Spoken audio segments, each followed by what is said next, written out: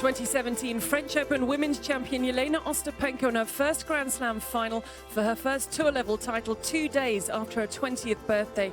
The records have tumbled with Ostapenko's win from Monday. She will be the new world number 12 forever. She will be a Grand Slam champion here in Paris. It's lovely to have you with us on live at Roland-Garros. Coming up over the next half an hour or so, plenty of reaction from those involved. We'll also be looking back at the action and previewing the men's final between Rafa Nadal and Stan Wawrinka. If you'd like to get in touch with us, we would love to hear from you. Use the hashtag RG17 across all the social media platforms, and we're just going to keep an eye on those throughout the show tonight and into tomorrow. So lovely to have you with us on Facebook Live and YouTube. So much to pack in, and I'm very happy that I'll be packing that in with Kim Clijsters. Kim, lovely to have you with us. Thanks. And firstly, congratulations to you. You won the Women's Legends doubles title today, beating Martina Navratilova and Izzy Davenport. Yeah, it was. I played with Tracy Austin, which we played here together last year, and we had such a good time that we were like, oh, you know, can we play again this year? And we ended up winning. So it was nice to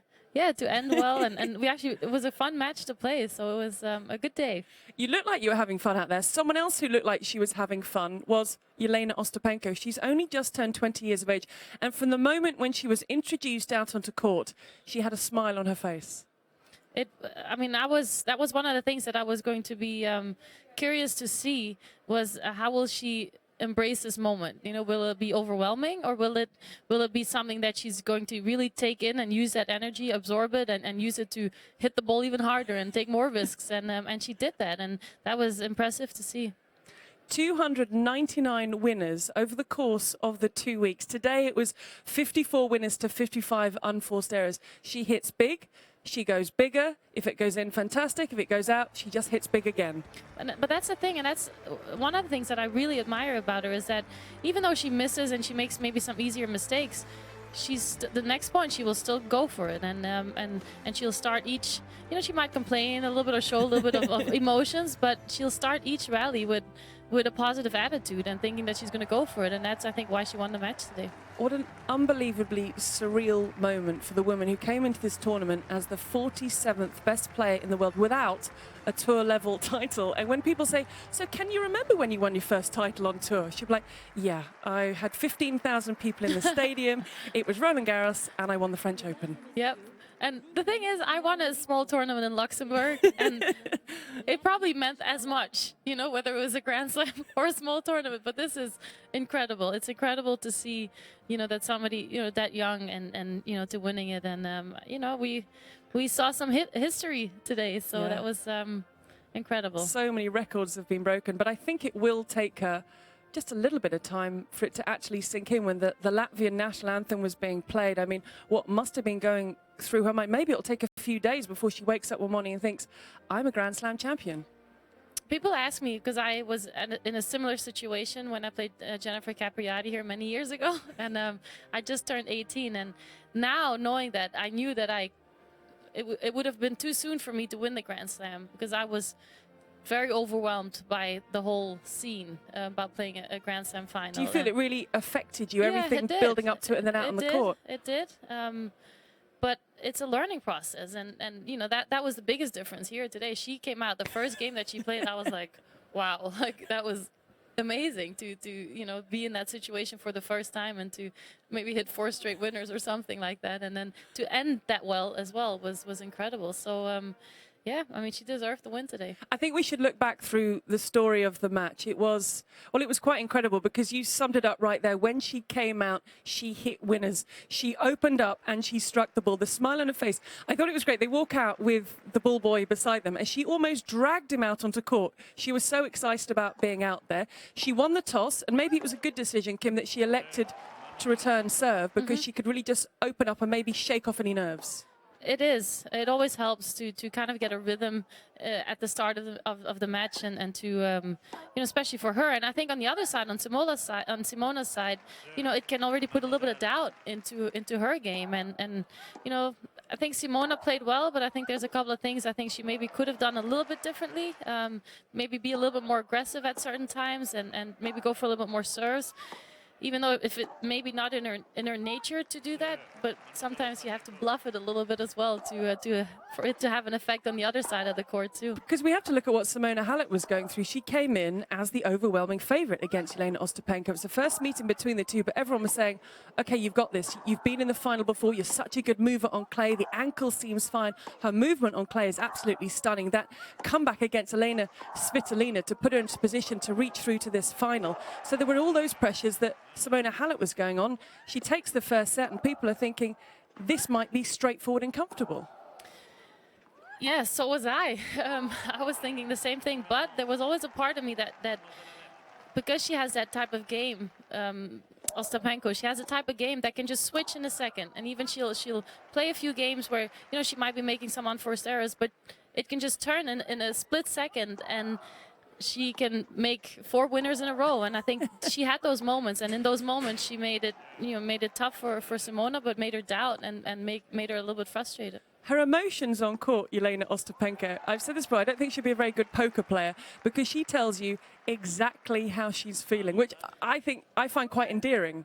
I love it too. I love it. The thing is, she, like I said before, like she starts each rally with a positive mindset, even though she might be a little bit emotional in between the points, but she starts the rally positive. And that's something that is what you need, is just to step in there, go for your shots. It's not, she doesn't have a huge variety of shots. She plays hard, and when it's going well, when she's feeling well, it's great, it looks great. And a lot of times that helps if you don't have too many options, because you only have a few things to go for, and then you do those really well. And she did it incredibly well today. I mean, not just today. Obviously, the whole 2 weeks she's been showing great tennis and has been beating some really good players here. And showing that she's mentally very strong. In this second set, Simona Halep had a point for a 4-love lead. At that point, you would have thought, well, this is pretty much going to be game over. But she fought back. She took advantage of a little bit of a dip in Halep to take that set. And she just, what I really find impressive about her here is she stays strong. She plays a bad point. She seems to be able to wipe it away, reset, start again, off she goes. But as a past player, 6-4, 3-love, yeah, doesn't mean anything. Does it not? No, it doesn't. It looks, to the terrible. outside world, it looks like something that, oh yeah, she got it, but it's not at all like that. And so, a lot of things come into details, a little bit of pressure, maybe thinking, I might win it. A little bit of doubt. Ostapenko, who starts playing some really good tennis, more aggressive, goes for it, it works, hits a few lines here and there, and that's when you saw a little bit of doubt crawling into Simona's head, I think, and then you see the confidence build in Jelena's body language as well, and in her shots, and then before you know it, she wins the set, and she breaks a 3-all, and she goes for it. Her shots got even bigger, if that's even possible for her shots to get bigger. Simona Halep, 8 winners. I mentioned the 54 winners for Jelena Ostapenko. And once she's owned, and we speak about this with Stan Wawrinka, once he gets going, once he's owned, he can be unstoppable. And you got that feeling from Ostapenko. She's coming towards winning a Grand Slam. She didn't seem to tighten up. She didn't seem to show any nerve. She just kept playing the way Jelena Ostapenko plays. Exactly. And I think sometimes not having the experience can be a positive thing, because you're not influenced yet about everything else that's happening around you. You don't really know what to expect, and I think, and she showed that today, that it was, that she really took it and used the moment and took in all the energy, the crowd's energy, and she did it. It was amazing to watch. Just 20 years of age, Jelena Ostapenko becomes the new world number 12. And Annabelle Medina's only been in the coaching camp for a couple of months. Definitely Coach of the Year. If there's an award for Coach of the Year, it goes to Annabelle Medina. And we were really lucky and really happy to say that following the action, we not only spoke to Jelena Ostapenko's mother, who was once again allowed back in the stadium, but also to her coach, Annabelle Medina. Annabelle, it's an amazing match. What's your feeling? I don't know what to say. It was an amazing match, amazing week, and she was a great champion. She was going for the match all the time, play very aggressive. She just deserved to win this tournament, so I'm really happy for her. What do you think when Simona leads 6-4 and 3 now in the second set?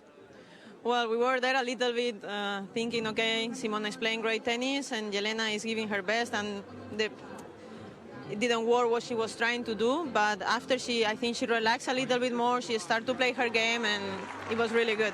How did you live this match in the air? Very stressful, actually. It was a lot of tension, but at the end was amazing feeling. Congratulations. Thank you very much. How do you feel? I'm happy. I'm really happy. Were you happy the whole time, or were you stressed, crazy stress? Yeah, I was a little bit stressed, but now I'm happy.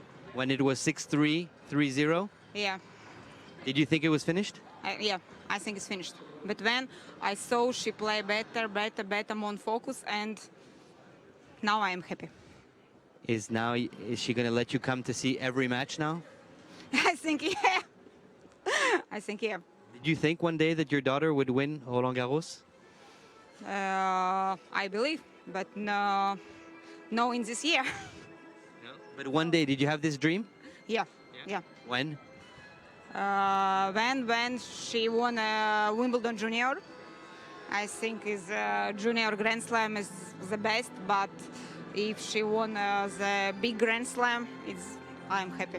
I bet she's happy. The mother of Jelena Ostapenko joining Kim and myself. Camille, you've come from commentating on the final, and you said to me when I spoke to you that you got quite emotional at the end. Yeah, I cried. I'm not ashamed. No, because it's such a great story. This is sport, as I like to see. Yeah. You know, something unexpected and with something fresh. A girl, she's 20 years old and she has no fear. And the way she ended up the match, I was so impressed. Usually you get a little bit tense. Maybe Kim, you know about it. Of course. And she just hit the ball harder. No, don't you believe? Yeah, for sure. And she definitely just went for it, and she played the big moments really well. I was really interested to see how she would start the match, and then the situation that she put herself in, how she would finish the match. And she hit some of her best points of the match, and that's incredible. And she has done the same thing, you know, when she played against Wozniacki, when she played against Tozier, every time. And those players are experienced, yeah. And she managed to every time just put her level higher on those moments, and that's why she's going to be a very, very good player and number one for me. I don't know when, but she has this mental strength that you had to finish big moments and to go and win a title like that. I didn't like it when they used to ask me, you know, after you win a slam, like, what's now? What's next? Because you say, oh, I want to enjoy the moment, but I'm actually really curious to see how she will do on the grass court. Now that you're done, I understand why they... Okay, that's the question we're going to be asking her a little bit later. Now, we wanted to hear from both the finalists today, and after the trophy presentation, speeches took place on Philippe Chatrier. So let's hear from Simona Halep and your winner, Jelena Ostapenko. First of all, I would like to thank all the fans who were coming throughout all week and supporting me. I really enjoyed to play here, and I love you guys. Of course, congrats, Simona. You had a great week. You were playing really amazing. Even today it was a very tough match for me. I'm happy that you win, but I hope you will have many more finals and you will win it. And I wish you a very good luck in this season. And of course, I would like to thank my team, my mom, of course, who was always helping me, my father, who is not here, but he is in Riga supporting me, Annabelle, my coach, my agent, all my friends, and everyone who came here to support me. Thanks a lot. Well, bonjour, everyone. First, I would like to start with the crowd. Thank you guys for coming, all the matches, this tournament. I really enjoyed to play in Paris. My second final, I'm sad I couldn't win it, but it was a great tournament, good experience, and I really thank you for coming and supporting me always. Now, of course, I want to congratulate Elena. All the credit for what you have done this tournament is an amazing thing. Enjoy it, be happy, and keep it going because you are like a kid. Now, I would like to thank to my team, Darren, Theo, Junior, my family, my parents, all the people that came to support me today.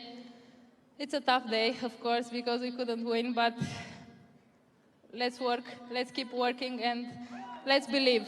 Thank you. I can say now that I've been like sick in the stomach with emotions, for playing this final. So maybe I was not ready to win it, but hopefully I can play another final here in the future and to win it. It's my dream. Thank you very much.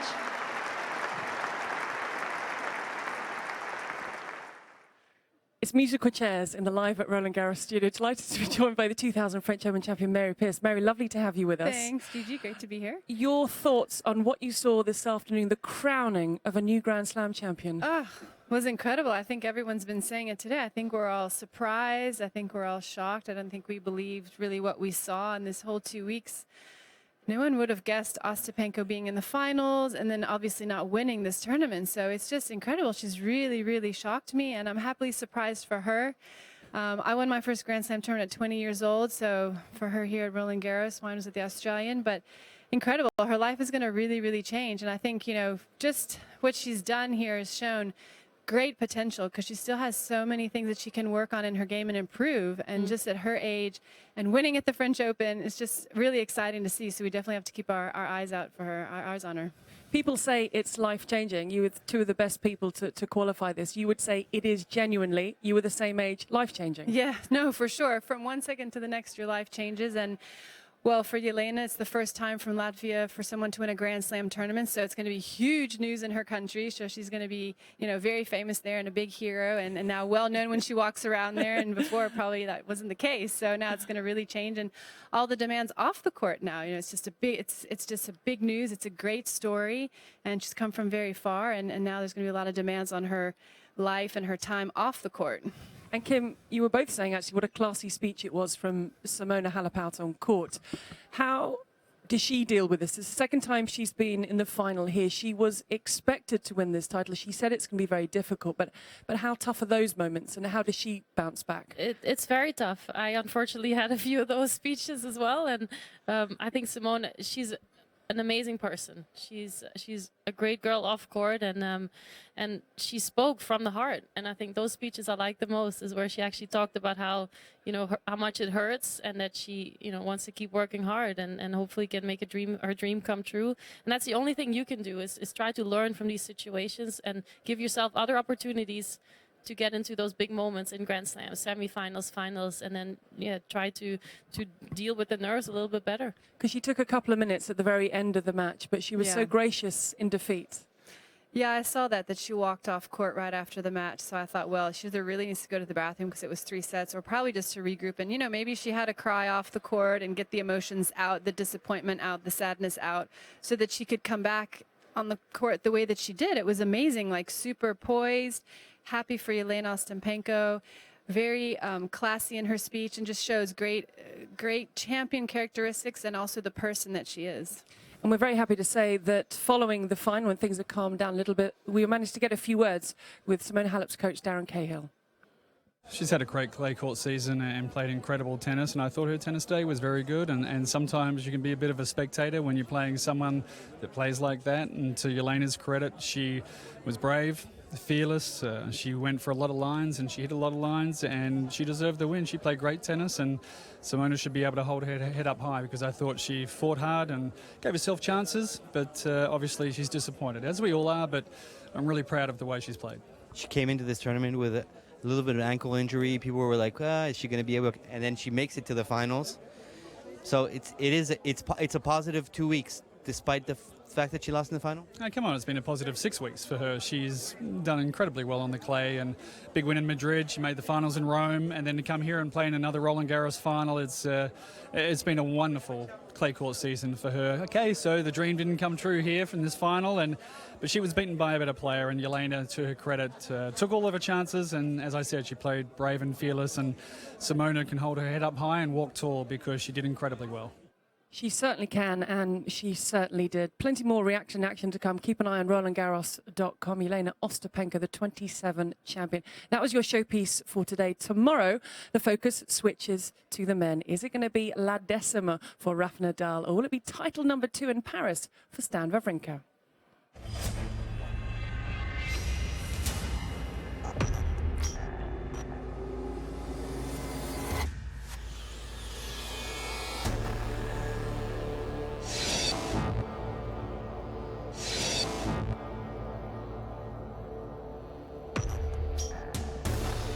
think to play Rafa on clay in French Open in the final is probably the biggest challenge you can have in tennis. He's the best player ever on clay.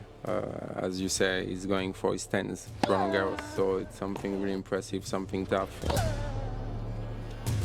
We both want to win the title, and we both going to give it all on the court. If my backhand cross is heavy and fast, I can open there and then finish the point.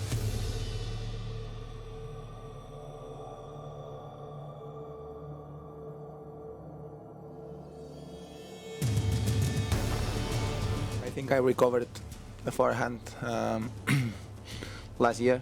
I was playing well with my forehand again, but then I get injured. You know, it takes a lot of work and a long time to recover that positive feelings and that confidence with the forehand after 2015. That was a very tough year for me. I'm very pleased with everything that happened since the first day that I arrived here. For me, being the final always going to be a very positive result. More than the physical issue, what happened with his match today going to be confident for him. No? So going to be a tough one. And Stan won the last event in Geneva. Now he's in the final here, so he's in a good run. So going to be well, he's in the final, so he's the toughest opponent possible here.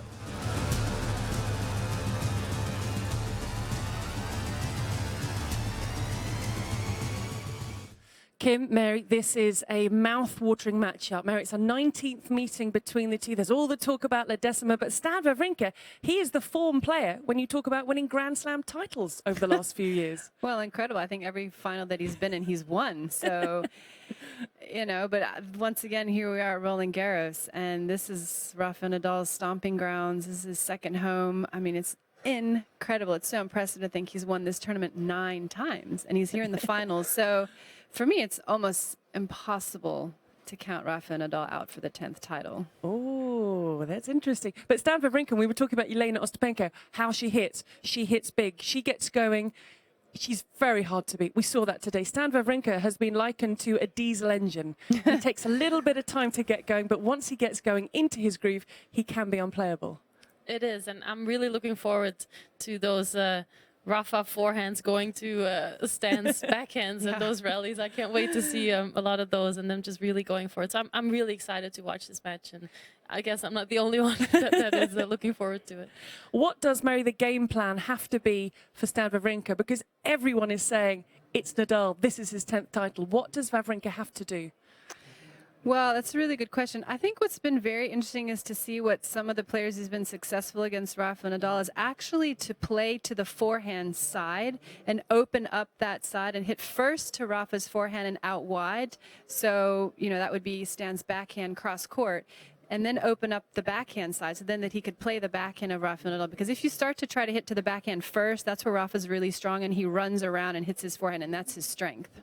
The only one victory for Stan Wawrinka came in 2015 on the clay surface. The rest of the time, Nadal has dominated. But Stan Wawrinka, and I think this was fascinating, before the US Open final, he said he was throwing up in the toilets, he was crying, he was in tears. Yeah. He thought this would be the last time he was ever in a Grand Slam final. It's incredible to think that someone who doesn't show the emotion went through that. And here he is in the Roland-Garros final once again. Yeah, I mean, you never know what kind of emotions are going on when you're playing on that big stage, and but that just shows that, you know, the fighter that he is as well, and he's an extremely hard worker. You know, Magnus Norman, his coach, is also somebody who's been known to be a very dedicated, you know, tennis player, and I think he's had a great impact on Stan, his career. And they seem to be a really good partnership, very relaxed. Magnus Norman, he's admitted, you know, I don't know what mood or form Stan Wawrinka is going to be in, but I just let him get on with it, because when he's good, he's excellent, and he can win a Grand Slam title. If he's off, it's an early exit. Well, I mean, definitely. I mean, as players, Kim knows what it's like. I know what it's like when, you know, when you're going to play a match, even you're nervous before every single match, and especially now even before a Grand Slam final, you're even more nervous beforehand. And we're human beings. We have emotions and we have thoughts. And the amazing thing is that then how do you deal with them? So every single player who's ever played a match has gone through those emotions, and it just goes to show that then how Stan Wawrinka is able to manage those and get out on the court. And then you don't want to show anything to your opponent. You just want to look like you're calm, you're strong, you're confident, no matter what you're feeling on the inside. This is the backyard of Rafa Nadal. As Mary said, those 9 titles going for number 10. He has been, apart from Dominic Thiem, in Rome, unstoppable on the clay. I mean, everything about him at the moment, the movement, the forehand. He said he was most proud of his backhand at the moment. Everything is working with Nadal. And I'm very happy to see that, you know, he's hitting his forehand back to, you know, a few years ago, the way he was just hitting it, you know, very hard, very aggressive. His backhand, I've watched some of his matches in the stadium, and his backhand is actually looking really, really good. And he can, you know, move it from side to side where he wants to. Whereas, you know, I've seen some matches of him as well where they were always a little bit short and gave the opponent some chances to really be aggressive and to move him around. And now, you know, he's been dictating again, and that's when he's at his best. Is this Nadal's final to lose? Is therefore all the pressure on the Spaniard? Because 99 out of 100 people you speak to say absolutely he'll win this final. Well, I think, you know, obviously Rafa wants to win this, and so does Stan. And I think the great story is that this is going to be Rafa's 10th French Open title if he wins here. But, you know, when you get out on the court, anything can happen, as we've seen today in the women's final with Ostapenko playing amazing and then being able to finish it off. So, you know, Stan has been looking great. He's playing really well as also. So he you know, he has a chance to win this match. But I think when you get to French Open and it's Rafael Nadal, he's just so tough to beat. And you add in, it's 5 sets. If it's best of 3, you think, you know, I might have a chance. I might get a little bit lucky and I put in the work. But over 5 sets, it's a different beast altogether.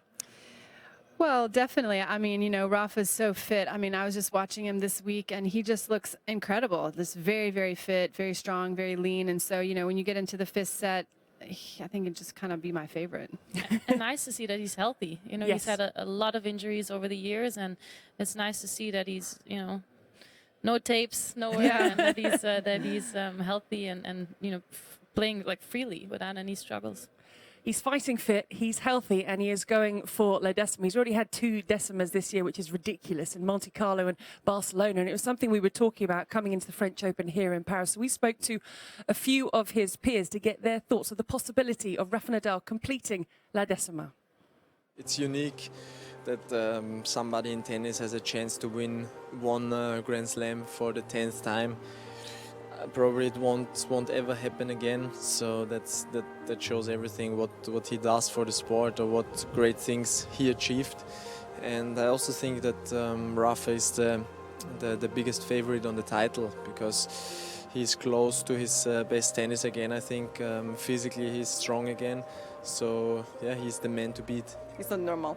I think it would just be amazing. I know he looks very good, but to win this tournament, it takes not only just to play beautiful. So he knows what it takes to, and hopefully he wins. Honestly, I look forward. Well, Rafa showed during his career that he is just remarkable, and I think that he lifted tennis in general a lot, but just tennis on clay was, you know, it was just remarkable. Just the records that he has done, and the wins in a row that he has done over the years, and as you know, the tournaments that he has won, it's just amazing to see, and it's great to be in his era, to play alongside him, and definitely it's always a pleasure to watch him. And you know, hopefully for me this year I can maybe exchange him on the podium.